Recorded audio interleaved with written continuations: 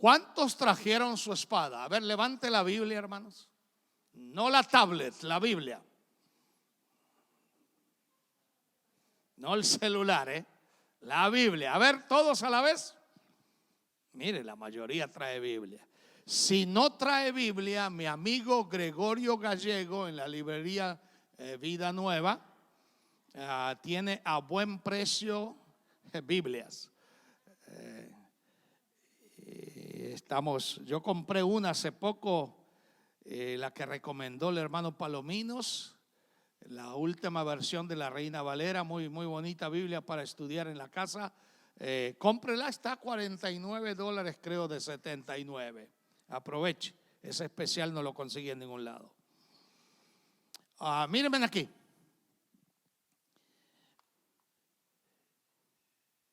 Si usted, como soldado de Cristo, no aprende a usar su espada, usted no va a ganar una sola batalla.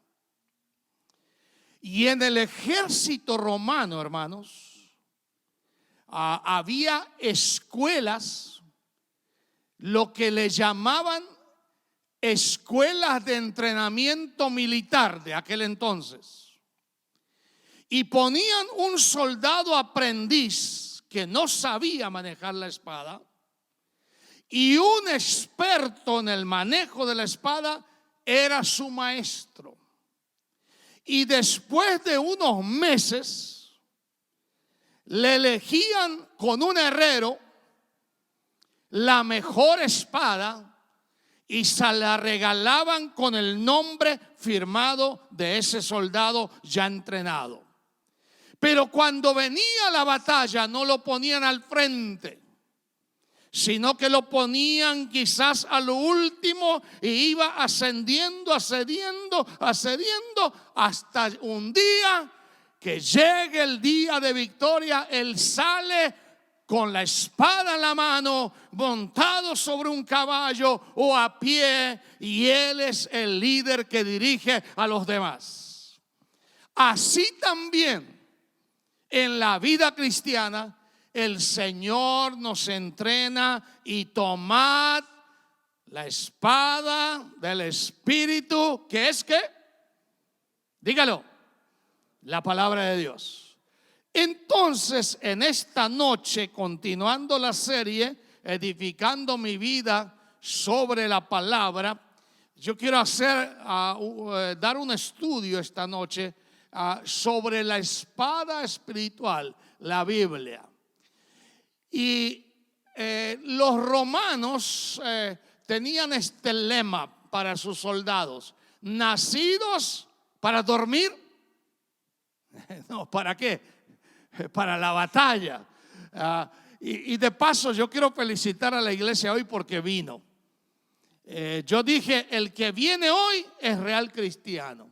Porque hoy hizo frío, hermanos, y está haciendo frío. Y es un frío que a las 5 de la mañana, con el factor viento, hubo 27 grados bajo cero.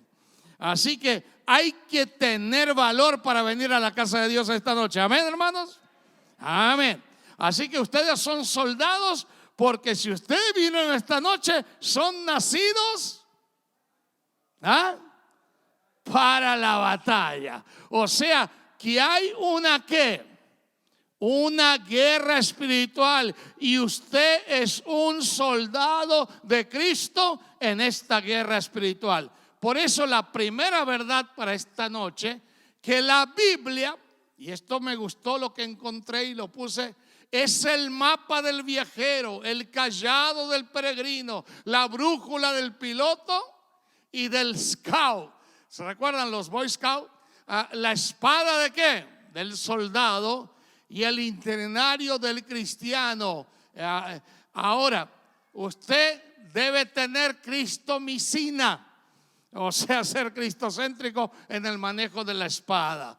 Ahora, otra cosa, como introducción, 2 Timoteo 2:3 dice que los cristianos somos soldados en el ejército del Señor, pero no peleamos peleas ¿qué?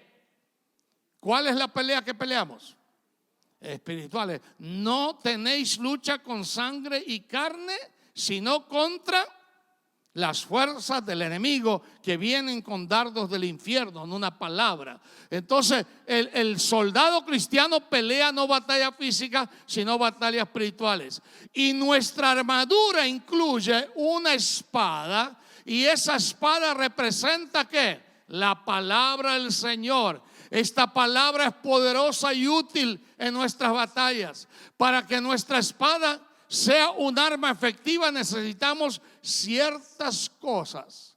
Y vamos a considerar eso esta noche. La primera cosa, antes la primera puse esto, vamos a saltear esto. Dice la palabra: escudriñad las escrituras, porque a vosotros parece que en ellas tenéis ¿qué? La vida eterna, y ellas son las que dan testimonio de mí. Cuando dice no leáis, sino que dice ¿qué? ¿Qué es escudriñar? Es escarbar, hermanos, penetrarnos, estudiar, mirar, observar. Vamos a ver más adelante. Entonces, las escrituras fueron dadas para ese propósito. Ahora, la primera verdad esta noche es esto: usted debe conocer ¿qué? Su espada. El soldado, cuando se entrenaba, tenía que conocer la espada que manejaba y tenía que saberla cómo manejar. Hay cristianos, lamentablemente en nuestra iglesia no hay esa clase, que cuando uno dice leamos el libro Los Salmos, yo lo veo algunos en el Nuevo Testamento buscando por Juan, Romanos, Efesios, y eso me da una pauta que ese soldado no conoce ¿qué? La espada, no conoce la palabra del Señor. Ahora, para el soldado cristiano, la espada espiritual, su Biblia, es el arma principal. Por eso el soldado romano la conocía. Por esa razón es necesario que el soldado conozca bien la Biblia. Ahora, alguien que me lea 2 Pedro 1:5 y otro que busque 3:18, dos pasajes muy conocidos. Primera, 2 Pedro 1:5, se pone de pie en voz alta, lo lee, y 3:18. Rapidito, hermanos.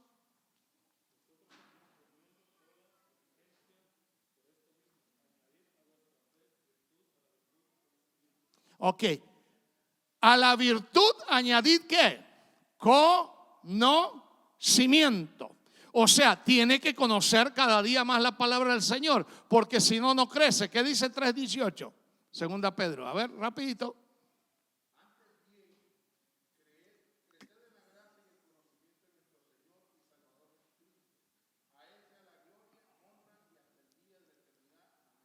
Ok. Crecer en el conocimiento de ¿qué? ¿Qué dice ahí? De nuestro Señor y Salvador Jesucristo.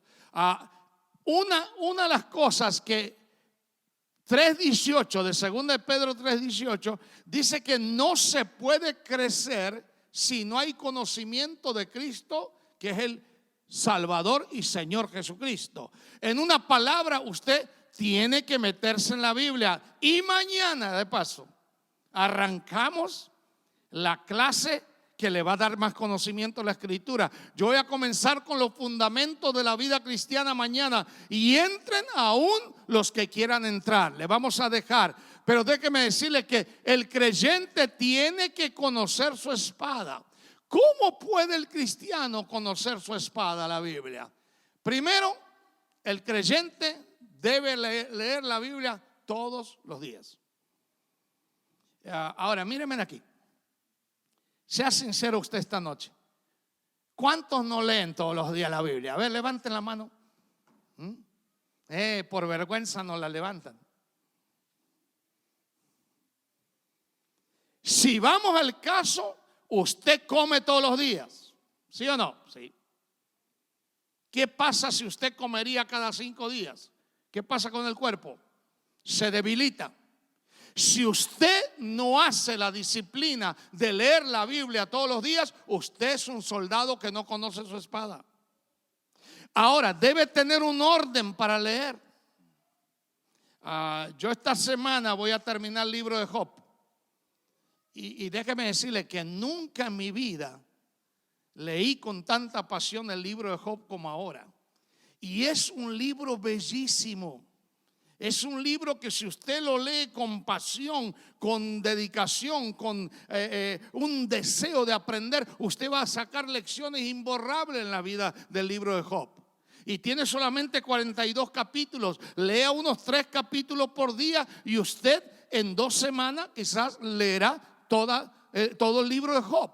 Ahora, una cosa que si usted no lee diariamente, ocúpate, dice Pablo a Timoteo, ocúpate mientras yo me voy. Ocúpate ¿qué? ¿En dormir? ¿Qué dice? En la lectura.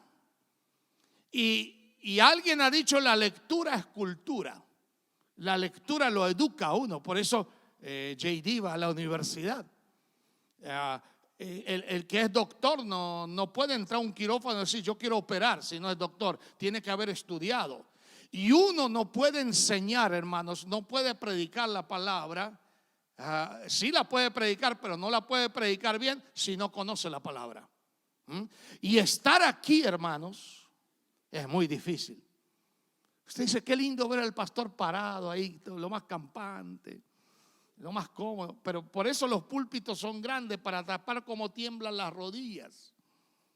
Hermanos, predicar la palabra es serio. Yo tengo que cuidar mi mente que no cometa un error doctrinal. Tengo que cuidar que el pueblo esté atento, que el pueblo se alimente de lo que voy a hablar, que yo lo viva primero. Entonces tengo que ocuparme a diario en la lectura de la palabra del Señor. Otra cosa, asistir a todas las clases de la Biblia y las reuniones. Nosotros tenemos solamente miércoles estudio bíblico y domingo. Son 2 días que yo saqué el tiempo, es 1 hora y media cada día. El domingo quizás 2 horas, pero 3 horas y media por semana yo creo que no es suficiente. Entonces en la casa como cristiano yo debo alimentarme, debo leer la Biblia con la esposa si es posible, con los hijos si es posible, y aunque tengamos distintos turnos, encontrar un encuentro espiritual al lado de la palabra. Pero usted como individuo personal debe leer la Biblia todos los días. Amén. Amén. Entonces eso le produce que conoce la espada como el soldado romano. Otra cosa, ¿por qué debemos leer la Biblia? Mire lo que dijo alguien. Debemos leer y estudiar la Biblia porque Dios no cambia y porque la naturaleza humana tampoco cambia. Dios es eterno, la naturaleza humana solamente cambia cuando acepta al Señor, pero sigue siendo pecaminosa. La Biblia nos da la medida mediante la cual podemos distinguir la verdad de qué. Cuando el soldado conoce la Biblia, la espada siempre detecta ¿qué? Dígalo. ¿La verdad de qué? Entonces, hay falsos profetas. Dígalo. ¿Sí? ¿Cómo detecta un falso profeta? El Señor lo dijo. Por sus frutos los conoceréis. Y Mateo 7 dice que un buen árbol da ¿qué? ¿Qué clase de frutos? Da buenos frutos. Y un árbol malo da malos frutos. Un falso profeta va a hablar ¿qué? La falsedad. Pero el error siempre cabalga sobre los lomos de la verdad. Y por eso hay iglesias que se dividen, hay iglesias que se parten en pedazos porque han permitido la falsa enseñanza de la palabra del Señor. Pero el soldado que conoce la palabra va a ser como el de Berea. Dice que los de Berea cada día escudriñaban a ver lo que Pablo decía, si era de acuerdo al Antiguo y Nuevo Testamento. Eso es muy importante. Entonces, es un libro para estudiarse a fin de poder ser aplicado en la vida. Eso es la Biblia. Ahora, ¿cómo debemos interpretar la Biblia? ¿Se recuerdan la semana pasada? Y esto lo quiero machucar, por eso lo traigo hoy en una forma más extensa. Primer paso, debe haber ¿qué? La observación enseña a ver exactamente lo que dice el pasaje. Usted lo primero que tiene que descubrir, Efesios 6:17, ¿sabe de qué me habla? Y tomad la espada, ¿de qué? Dígalo, ¿de qué? No, ahí dice, tomad la espada ¿de qué? Del Espíritu. ¿Cómo está la palabra Espíritu? En mayúscula. ¿Y qué es la palabra de quién? ¿Cómo está la palabra palabra? ¿Está en minúscula? A ver, fíjese. No, pero la palabra ¿de quién? ¿Está en minúscula Dios? No. O sea, el Espíritu y Dios está en juego en la palabra del Señor, porque creemos en un Dios Padre, en un Dios ¿qué? Hijo, y un Dios que es Espíritu. Ahora, el Padre nos ha creado, el Hijo nos ha redimido y el Espíritu Santo ¿qué hace? No, primero antes de guiarnos ¿qué hace? Y el Espíritu dice, ve. El Espíritu llama, hermanos. Y después guía.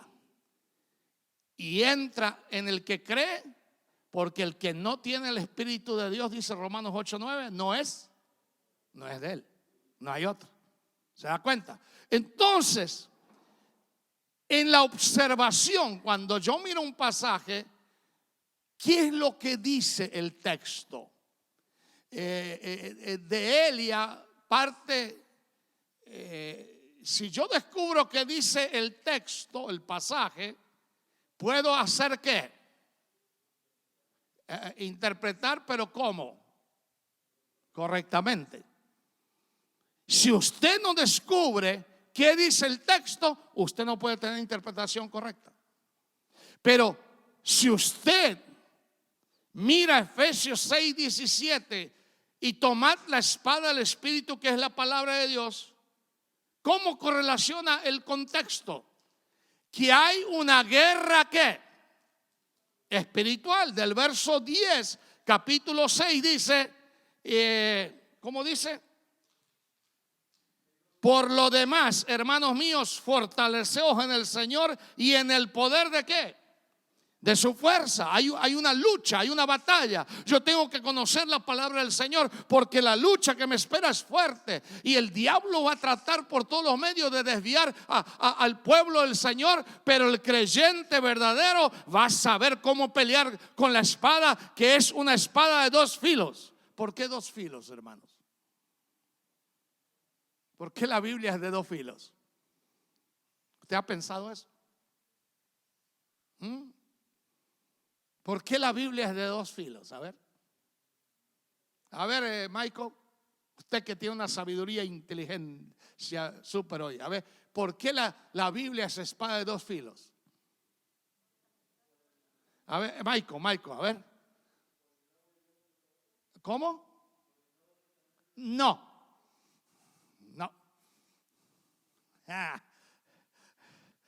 A ver, por ahí dijo alguien una gran verdad.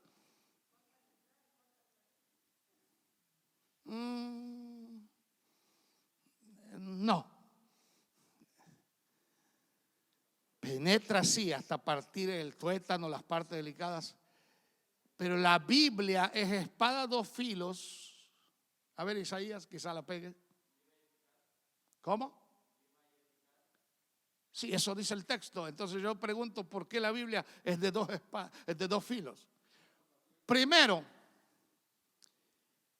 la Biblia aprueba y la Biblia condena. ¿Me entiende? La Biblia aprueba las cosas de Dios y condena el pecado. Por eso es espada de dos filos. La Biblia mata y la Biblia da vida. ¿Me entiende? Entonces, si es espada de dos filos, yo debo conocer los dos filos. Debo saber la verdad y debo saber ¿qué? El error. Del error me debo cuidar y la verdad la debo vivir y la debo aplicar. Eso es espada de dos filos. Ahora, una cosa, cuando yo sé lo que dice el pasaje, puedo interpretar ¿qué? Correctamente. La observación contesta también la pregunta: ¿qué significa el pasaje o el texto? Dijimos la semana pasada. Entonces, cuando yo descubro qué significa el texto o el pasaje, me hago estas preguntas, mire, para descubrir. Mire, es tan chiquito porque no lo pude poner más grande. Tengo que preguntarme, ¿qué dice el pasaje? Para descubrir los eventos y las ideas. ¿Qué se está diciendo? ¿Qué tema se está hablando? ¿Qué se dice de los personajes? ¿Qué principios se están dando? ¿Qué causa todo? ¿Qué? ¿Quién? Para descubrir las personas. ¿Quién escribió Efesios capítulo 6? ¿Y cómo sabe que es Pablo? ¿Se da cuenta? Pero sí fue Pablo, porque usted va, el contexto lo lleva a Efesios capítulo 1, verso 1. ¿Qué dice Efesios 1:1? A ver. ¿Qué dice? Yo, Pablo, ¿qué? Apóstol de Jesucristo. Él está diciendo que él se dirige a los de Éfeso. Ahora, ¿cuándo? Para descubrir el tiempo que se escribió. ¿Dónde? Para descubrir el lugar. ¿Cómo? Para descubrir los detalles. ¿Por qué? Para descubrir la razón. Entonces, ¿predicar es fácil? No, Maribel dice no. La verdad que predicar es difícil. Porque mire, estas preguntas, ¿qué, quién, cuándo, dónde, cómo, por qué? Es un trabajo enorme. Entonces, la pregunta que me hicieron la semana pasada unos hermanos: ¿cuánto tarda un predicador para preparar un estudio? Y yo conocí a un amigo que se jactaba mucho y dice: a mí me hace falta media hora. Le digo: pobrecito. ¿Sabe cuánto tiempo se hace un estudio? ¿Cuánto creen? A ver. No, pero yo tengo de internet a facilidad y lo saco de ahí y solo lo copy y lo pego. No, sí, copy and paste, y entonces lo agrando y empiezo. Sí, pero déjeme decirle un secreto de eso. Yo no puedo predicar un estudio si yo no lo transformo a mi vivencia, si yo no lo vivo, si no lo practico. Entonces me cuesta predicar sermones de otros. Ahora, lo mejor que hay es preparar su propio material. Y yo le voy a dar un ejemplo, escuche. Una vez tuvimos una campaña en una de las iglesias por 2 meses. Cada miércoles tuvimos una serie de estudios. Y le dijimos a los predicadores: queremos que nos anime la iglesia con un tema a elección suya. Y ustedes no van a creer lo que pasó. En 2 meses, 4 de los oradores repitieron un sermón del hijo pródigo. Igualito. Es el peligro que hay de sacar un sermón de otros. Pero cuando yo tengo mis apuntes, mis estudios, mi vivencia, yo lo practico, lo puedo predicar, lo puedo enseñar con más libertad, sabiendo que esto el Señor me lo dio. ¿Entienden la ventaja? Entonces, el estudio de mañana que comenzaremos, para los nuevos y para los que desean estudiar, porque aún los que saben pueden meterse y aprender cosas, lo que vamos a hacer es tomar bases sólidas. Porque a veces vamos a una clase de Apocalipsis y nos mareamos, porque es difícil. Pero cuando agarramos y fundamentamos la vida con una base sólida, nadie nos moverá de lo que estamos creyendo, ¿entiende? Entonces, la primera cosa en la observación, hágase todas estas preguntas. Hágase la pregunta: ¿qué? ¿Quién? ¿Cuándo? ¿Dónde? ¿Cómo? ¿Por qué? Y ahí ya tiene tiempo para trabajar en el texto, porque está haciendo ¿qué? La observación. Y la observación es observar. Ahora, otra cosa: si hay una guerra espiritual, usted debe conocer la espada, dijimos. Una vez que tiene esto, tiene que ya descubrió lo que dice que el texto o el pasaje, ya lo descubrió. Entonces empieza ahora a interpretar. Ahora, en la interpretación, ¿qué es lo que la escritura significó para los destinatarios ¿qué? Originales? Y Pablo, cuando escribe Efesios capítulo 6, él sabía que en Éfeso era un lugar muy difícil y los creyentes tenían que pelear contra el error. Y a Éfeso le dice en Apocalipsis Juan que sabes aquellos que no son apóstoles y los reconoces, pero un problema tienes: has dejado tu primer ¿qué? Amor. ¿Cómo es eso? Y hay una razón por qué dejaron el primer amor, y lo voy a explicar rapidito. Éfeso, la primera generación, amaba al Señor, amaba la palabra, eran apasionados por la Biblia, eran apasionados por el apóstol Pablo y sus enseñanzas, absorbían todo, la primera generación. Cuando pasa esa primera generación, viene una segunda generación, y cuando se le escribe: ¿por qué no hiciste como la primera generación, como vuestros padres? Espiritualmente hablando. Y la segunda generación se había modernizado, se había metido en la política, se había metido en compromisos sociales y se olvidaron de amar a Dios. Y cuando Dios le dice: una cosa tengo contra ti, que tú has dejado tu primer amor. Y qué lindo es el primer amor. ¿Se recuerda el primer amor? Pero no haga como aquel que fue a comprar la tarjeta en la tienda y dice, le gustó, para mi único amor. Y le dice a la muchacha que atendía: me da esa tarjetita. Dice: ¿cuántas quiere? Deme 10 para mi único amor. Y se la iba a mandar 10. Y era hondureño, o argentino, o puertorriqueño, o guatemalteco, o mexicano, yo no sé, o americano. Si es el primer amor, para mi único amor debe ser Cristo en la vida. Amén. ¿Y cuántas veces nosotros dejamos de amar al Señor como Él nos quiere? Quizá la generación, mire, la generación que le espera a los hijos de nuestros hijos, yo tengo miedo. Bueno, yo ya no voy a vivir, le dije a mi hijo. Pero lo que viene ahora, hermanos, da espanto. Mire, el gobierno hoy recibió la noticia que uno de los jueces más liberales va a dejar por tener 83 años. ¿Sabe quién lo va a ocupar? La mujer más liberal de toda la nación, para que la Corte Suprema de Justicia apruebe el aborto y todas las cosas liberales. Esa es una señal que esta nación va pique para abajo. Y al menos que Dios intervenga, así vamos a vivir, hermanos.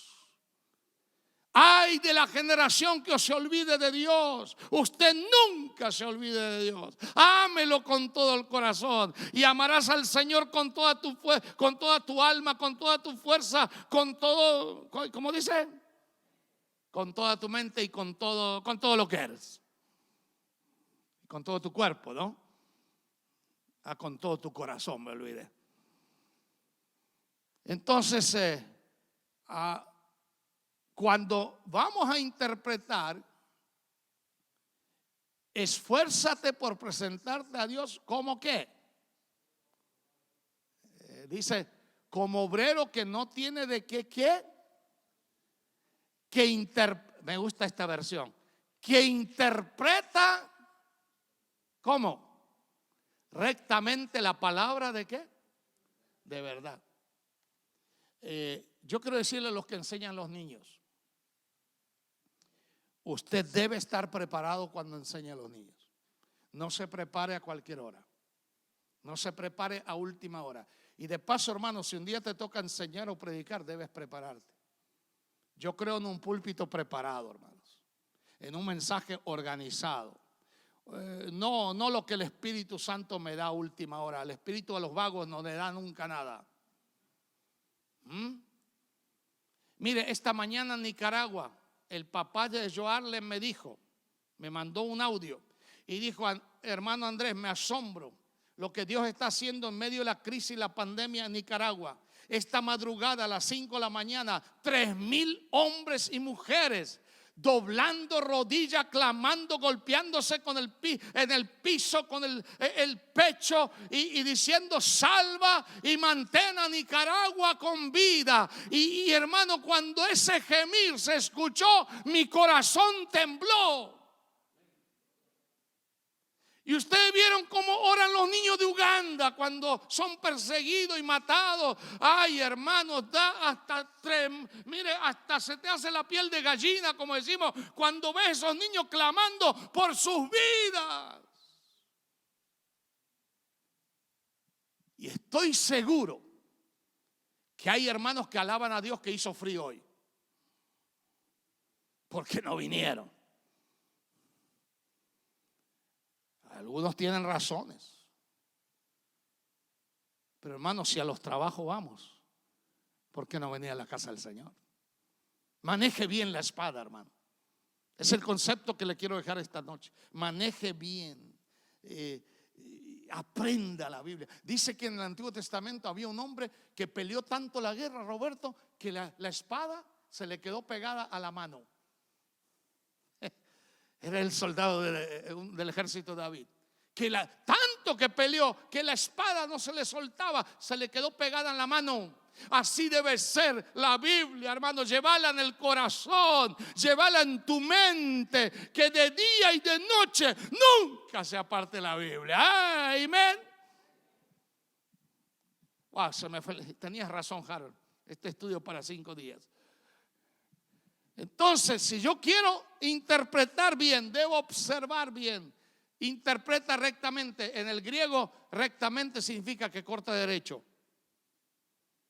Como el sastre, y cortó. Porque tiene práctica.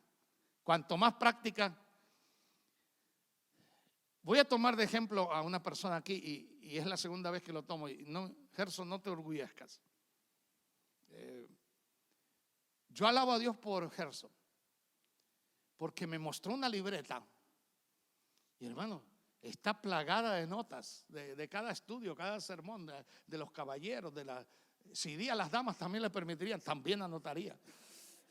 Lo que pasa es que ahí no entras. Ahí es hermético, hermano. Son especiales, son reinas y no quieren reyes, lo que se pierden. Bueno, pero déjeme decirle, este hombre tiene todo anotado. ¿Y usted dónde anotó? En el agua. No, lo que anotamos jamás lo olvidamos. Yo aprendí eso. Yo un día iba con mi auto en California y vi un cartel y me gustó lo que decía y lo anoté, y de ahí saqué un sermón y salió un sermón bárbaro. El libro de Job esta mañana me enseñó que a Job lo regañaban sus amigos desde norte a sur, este y oeste. Le pegaban durísimo. Y Job dice: hablen lo que hablen, yo soy pecador. Y esta frase dice: y los días hablarán. Y ahí salió el tema. Y los días hablarán. Y los días hablan, hermanos. Amén.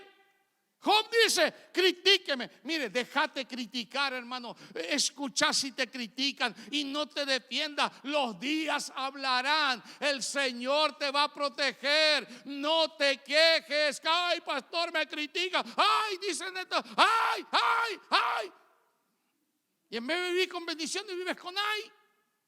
Y los ay son para los impíos. ¿Entiendes? Ay, Dios mío. Entonces, para interpretar bien hay que observar bien. Otra cosa, a ver, esto lo vamos a saltar.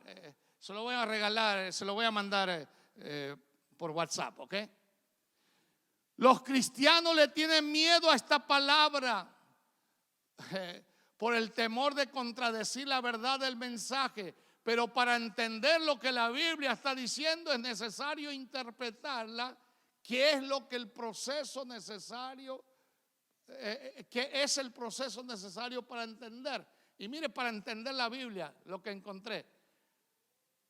En los sinónimos de interpretación es comentar, explicar, analizar, definir, descubrir, aclarar, comprender, concluir, demostrar, asimilar, exponer y recién vas a ¿qué? Entender. ¿Es fácil? No es fácil. Yo quisiera que usted me explique un pasaje de la Biblia. Y dice que Josué iba caminando y el sol se paró. ¿Se paró el sol o la tierra? Con esa pregunta ya lo maté. ¿La tierra es redonda o cuadrada? ¿El sol amanece y mañana y desaparece? ¿O es la tierra que se mueve porque es redonda? Todas son preguntas difíciles que yo todavía ni las sé, ni usted tampoco. Pero hay algunos que se meten en la teología sistemática y se meten en la expiación y el pacto del Antiguo Testamento y no salen. No se metan callejones sin salida en pasajes oscuros. Las cosas reveladas son para nosotros y las sin revelar es para Dios y punto final. Y cuando crucemos el umbral del cielo, Harold, le vamos a decir, Señor, ¿por qué? ¿Por qué? ¿Por qué Judas era uno de los tuyos? Explíqueme. Usted no lo sabe. Pero en el propósito de Dios, Dios lo sabe. Estaba escrito.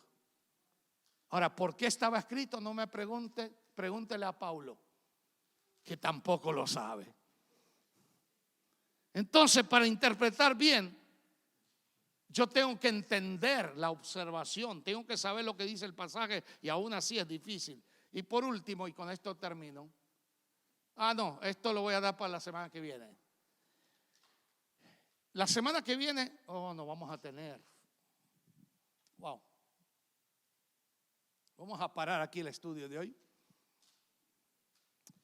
Me olvidé que la semana que viene.